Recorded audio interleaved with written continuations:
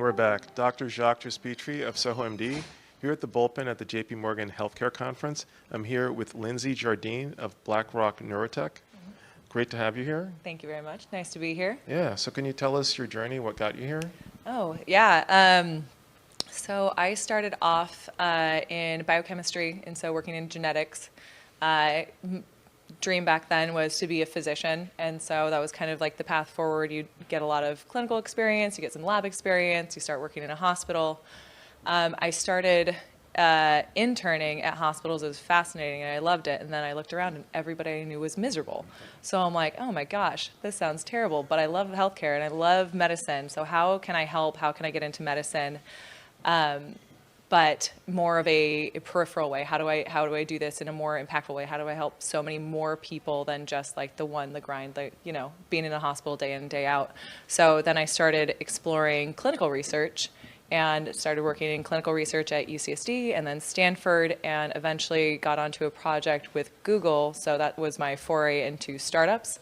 And I just loved how fast it went. I got to be the big cog in a small boat, and it was a lot of really innovative thinkers, and that's how I got into startups. And now I'm on to my fourth startup. Wow. Had some really great exits, had some really, really amazing times working with really innovative people. I've learned so much, and yeah, that's how I got. It was a twisty, windy road, but it was a fun one. That's amazing. And what did you learn from the 3 prior startups that helped you in shaping the work that you're doing now? Yeah.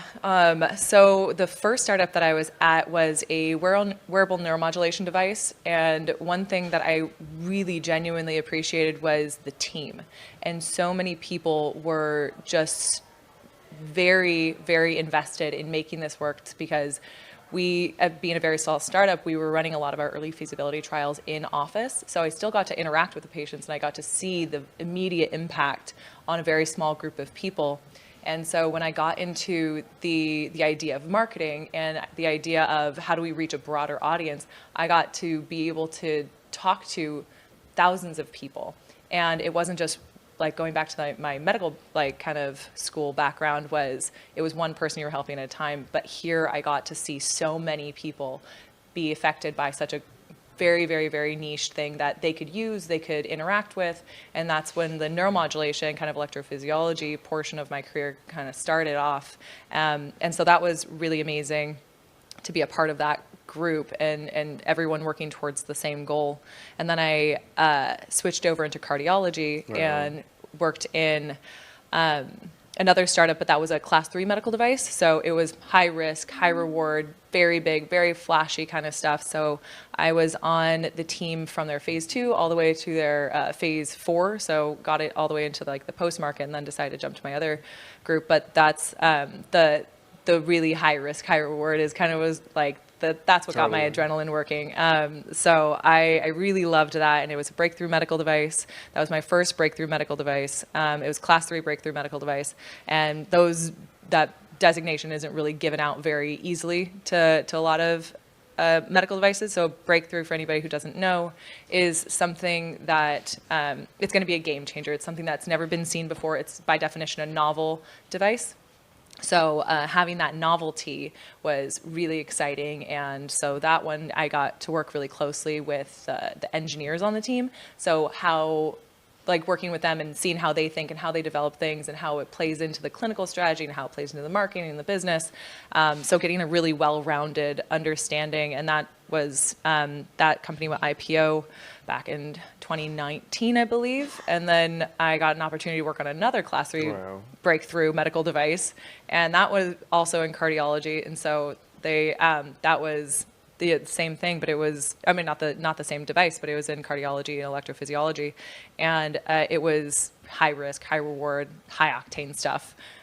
As far as clinical research goes, it was high octane stuff. That's pretty awesome. And then, what's going on with this one? I know you can't say too much, but what can you say about so this one this new project, this new company? This new company, so this one's a spin-off from BlackRock Neurotechnology, leading the clinical regulatory and quality efforts. This one, we are going after breakthrough technology. It is another Class 3 medical device. It's in the epilepsy space. Wow. So we are still doing a lot of our, right now we're in our phase 1 clinical trial, so launching that pretty soon. And it's, I'm hoping it's just going to be as high octane, high energy as everything else. And now I'm at a level where I get to one thing that I'm very much looking forward to at this kind of new phase in my career is the fundraising and kind of seeing the business side of it. So I've explored the marketing. I've done a lot of seen a lot of the R&D, seen a lot of all of the inner workings of how you get a product from zero to hero. And now I'm really trying to understand and get a good understanding of how the business works, because I think that'll really round out my career, my understanding, my full love of startups. Yeah, but you've had these successes. You've had a track record of success, and now you're expanding, I guess, Yes. the depth of your experiences there. I've been very lucky working with really great teams. That's amazing. And then as far as what you're working on now in 2024, what excites you the most? Oh, the technology is fascinating. It really is. The things, and as I go through my career, and so you said specifically 2024, and as you go through a product life cycle, it's really the R&D that's super exciting right now, and the strategy is so fun. So that's one thing that I really, really appreciate being a part of in this go around is the business strategy, the clinical strategy, the R&D strategy. How do we strategically position ourselves in the market? If we're going to go after a strategic partner as our next funding round, how do we approach them? Does it fit with our model? Does it fit with our personality? So that's the strategy right now is what I'm really excited about, and watching the technology come along. Very cool. Yeah. And then as far as the bullpen and the community, what's your ask? So just keep watching out for us. I am really excited about how this technology is going to shape up. I'm going to keep my eye on you guys and keep in contact, because I think we can help each other down the line. Very cool. Yeah. So Lindsey Jardine of BlackRock Neurotech, thank you for being here. Thank you so much. And if you want more information, you can go to bullpen.ventures, and the link and information will be there.